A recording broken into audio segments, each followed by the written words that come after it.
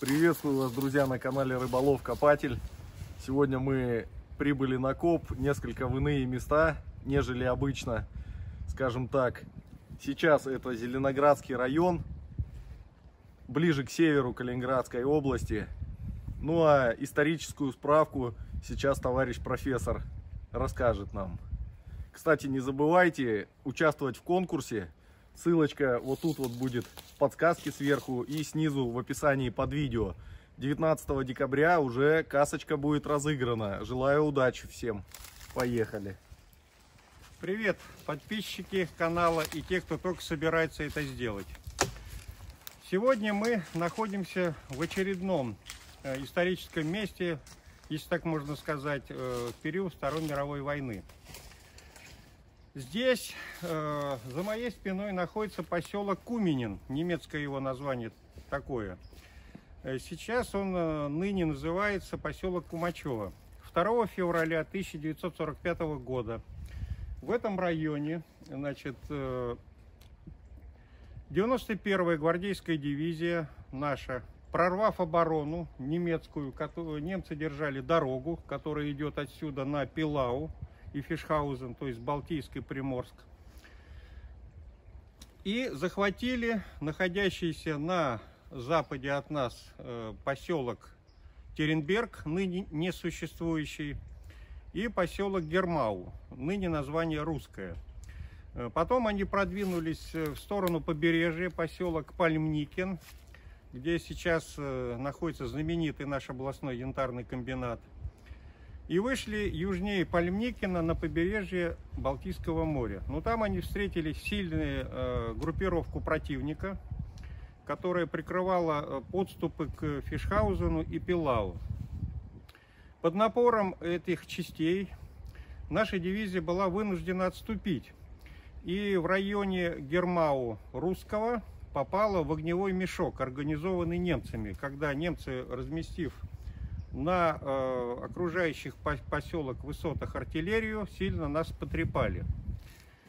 И отсекли 91-ю дивизию от находившихся, следующей в боевых порядках этой дивизии за ней, 2-й мотоциклетный разведный батальон и 271-й батальон специального назначения, у которого на вооружении состояли американские амфибии «Форд», поставленные по ленд-лизу.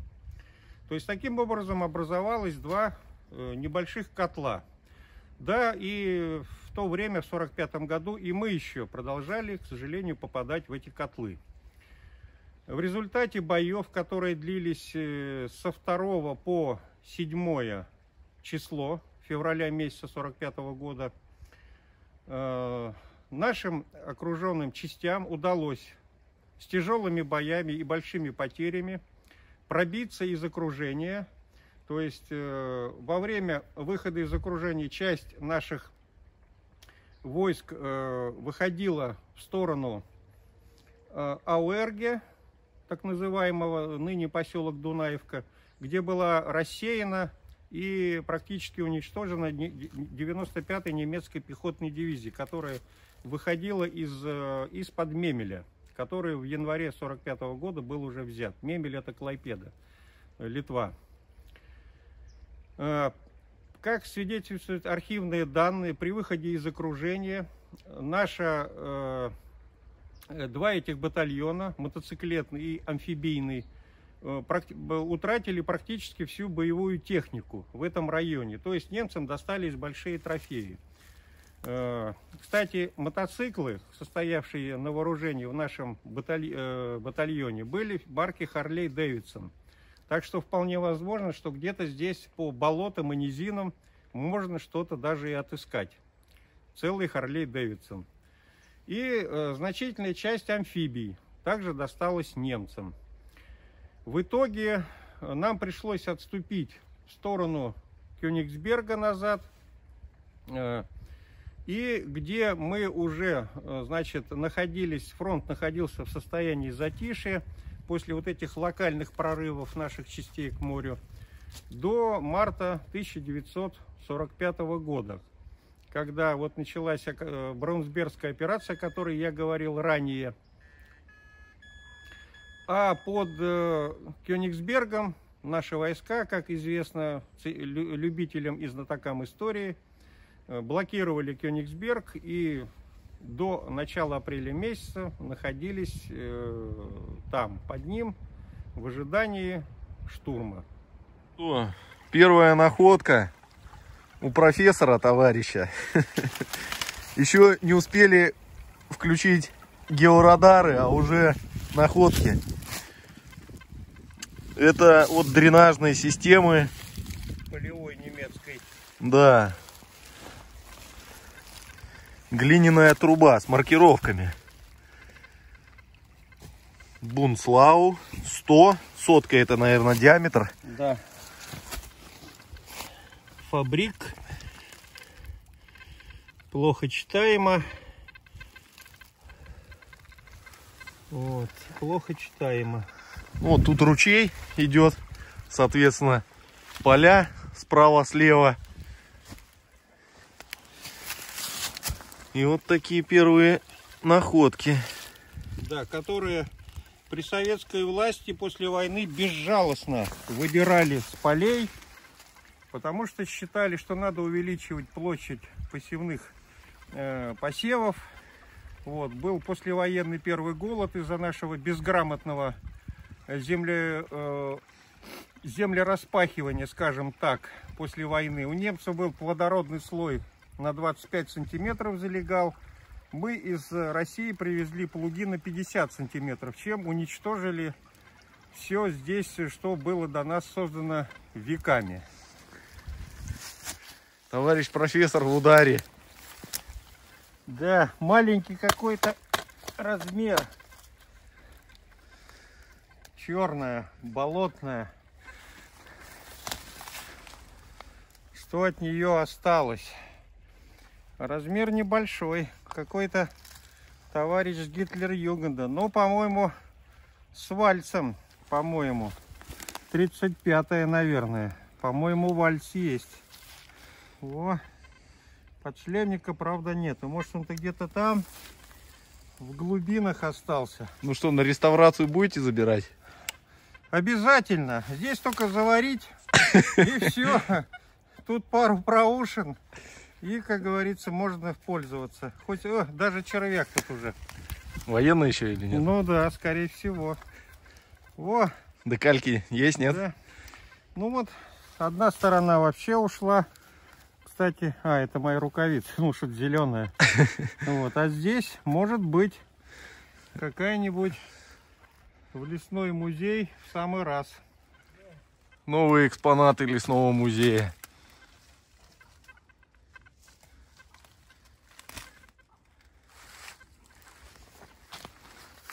Между прочим, на георадар была поймана. Да, штука серьезная, привезена с Урала. Вот тут за деревьями поле. И вдоль ручеек течет. Так, где на поле сигналы начинаются, мы к ручью спускаемся. Крышка от советского котелка. Между прочим, подписанная. Видно плохо. Ну, вот буквы К, П, Р. Инициалы бойца. Под мхом на поверхности лежала. И рядом сменный ствол от пулемета МГ.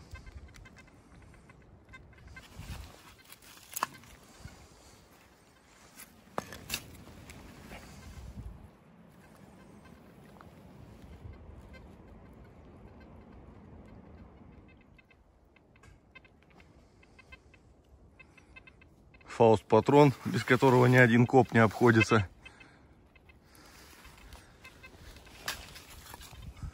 И пузырь немецкий.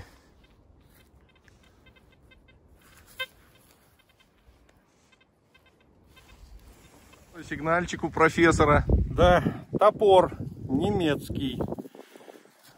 В хорошем состоянии. Почистить, возможно, есть какие-то клейма.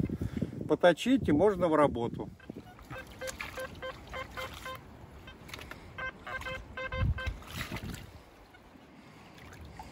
Вот он. Что там у нас? Вот оно, эхо войны. К-98. Даже еще.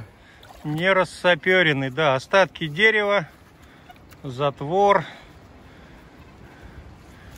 Весь джентльменский набор.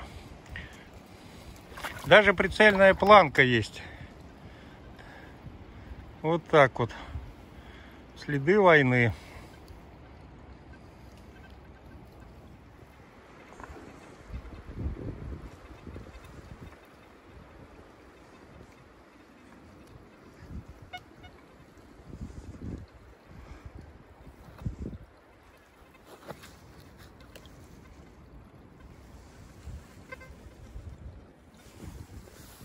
Пускай дальше догнивает. Под деревом кирка показалась довольно бодрая.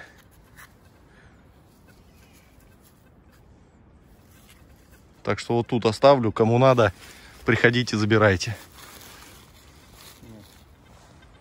Указанием координат. Так, ну что тут у нас? Уже подмороженные лисички.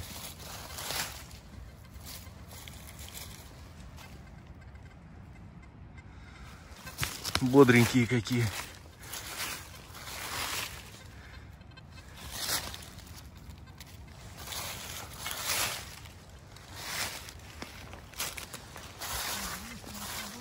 Вон они на бруствере прячутся. В принципе, некоторые довольно-таки неплохие, поэтому подсобрал. Вот вам, друзья, 6 декабря. Калининградская область. 3-я подряд саперочка. Состояние очень хорошее. Такую грустно оставлять даже. Бодренькая.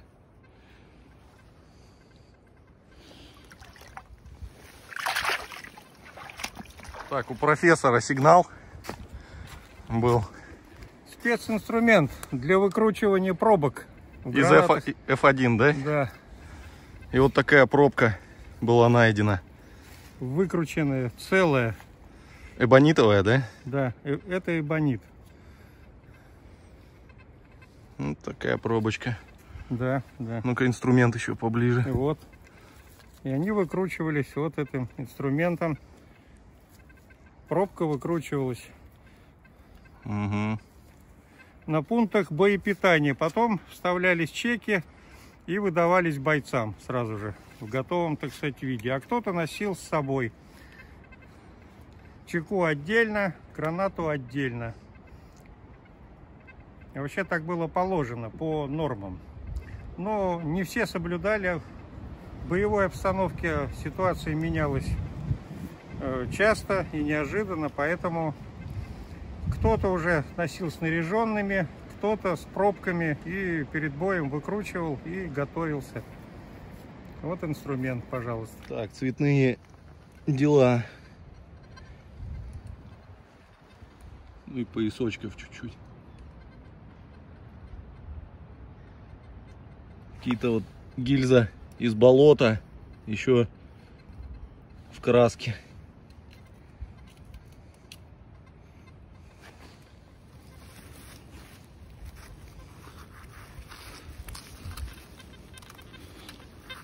Такая штуковина вылетела. Похоже на опорную станину от чего-то.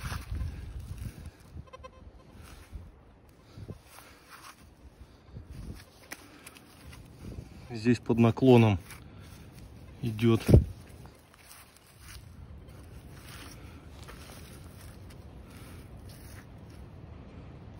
Цилиндр. И здесь что-то типа крепления. Ну, трудно сказать конкретику, что это.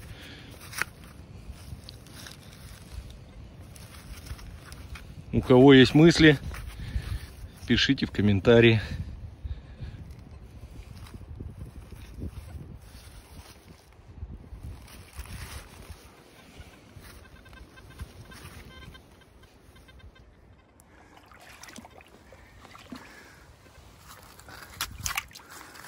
из недр ручья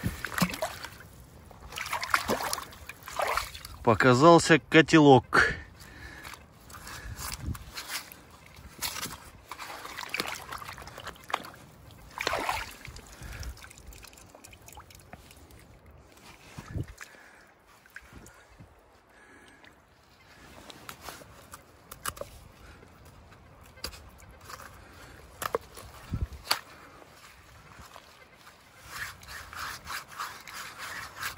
Что тут есть на нем, что нету?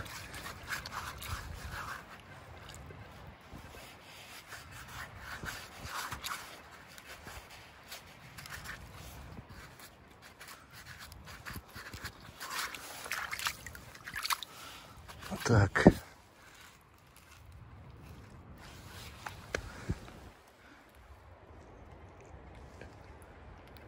Вижу Н и Е.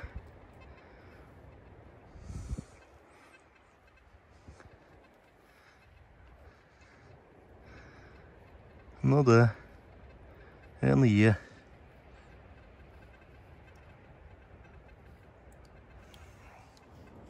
Корневище вон какое, дерево повалило.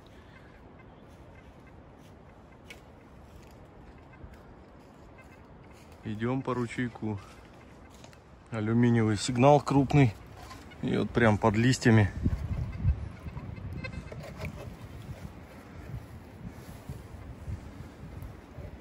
Вкладыш от ящика какого-то. На клепочках вон. Кто узнал, ребят, просьба написать.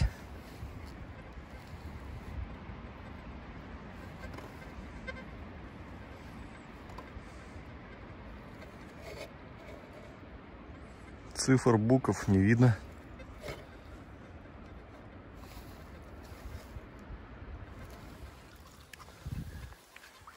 Манерка. Блин, какое ж все уставшее, а? Хотя вот идеальная, ровная была бы. Лежи где-нибудь в песочке.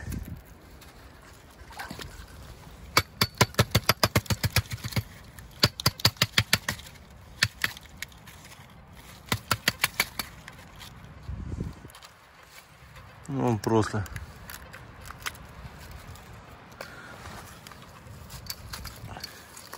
Ничего он нам тут не положил. И сигналы есть, но сохран печальный. Это остатки антенны от радиостанции немецкой, похоже. Антенна из нескольких колен была, алюминиевая. Уважаемые друзья, а теперь пришло время полезной информации.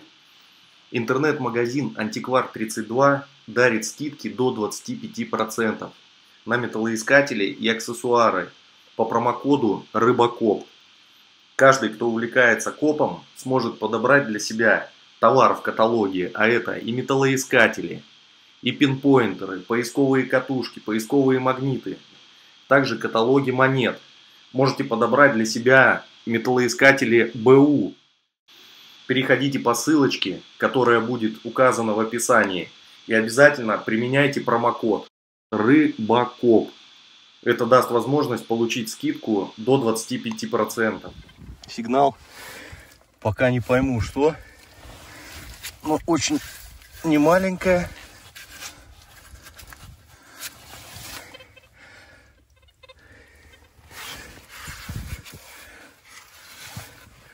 Тут какая-то дуга пошла. Цельная туда. Может, запчастюга какая от техники. Но буду выкапывать. Надо выкопать. Сигнал крупный, уходит вглубь. Уже больше, чем по колено. Штыка на 3, наверное. Достал я ее, друзья. Сейчас пойду мыть. Тяжелая штука. Пока даже навскидку мыслей нет, из какой тема это все. Сейчас пойду помою, может что-нибудь проявится.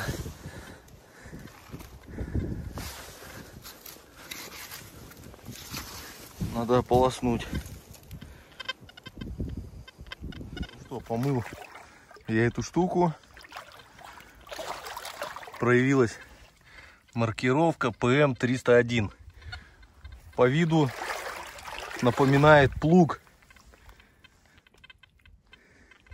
Сельскохозяйственные дела. На вес килограмм 36 примерно.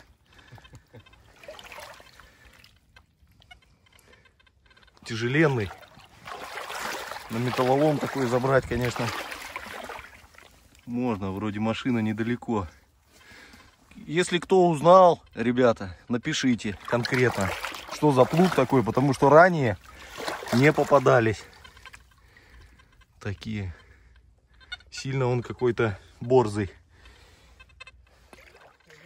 Кстати, вот часто в ручье у нас встречаются трубки глиняные. Но это вот оставшиеся части той системы дренажной, растительной. Особенно там, где поля вокруг.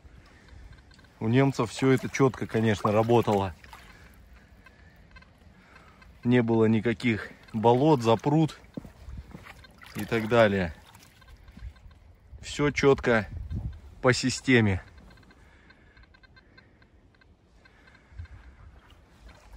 Вот. Так что вот такие вот. Иногда на них еще маркировки встречаются. Заводов наверняка, производителей. Но вот на этих я что-то не нашел пока. Идем дальше.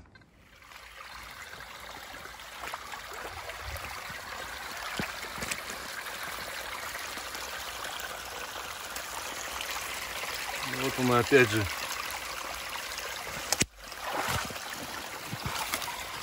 Когда-то по глиняным трубам все это текло, а теперь случайным образом.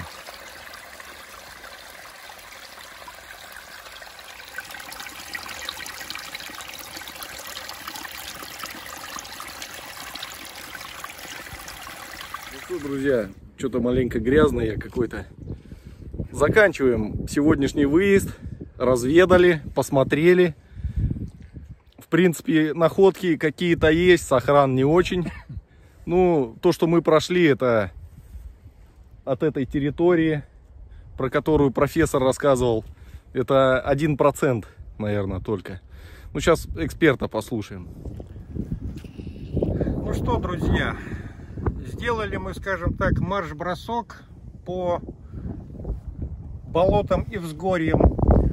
Да, видны, конечно, следы боев.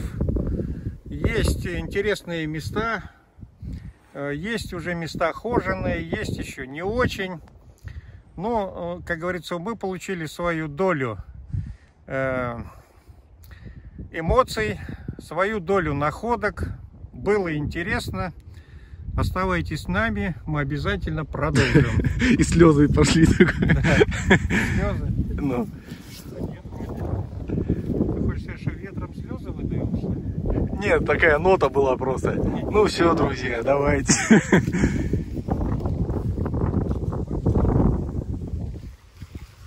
Подписывайтесь.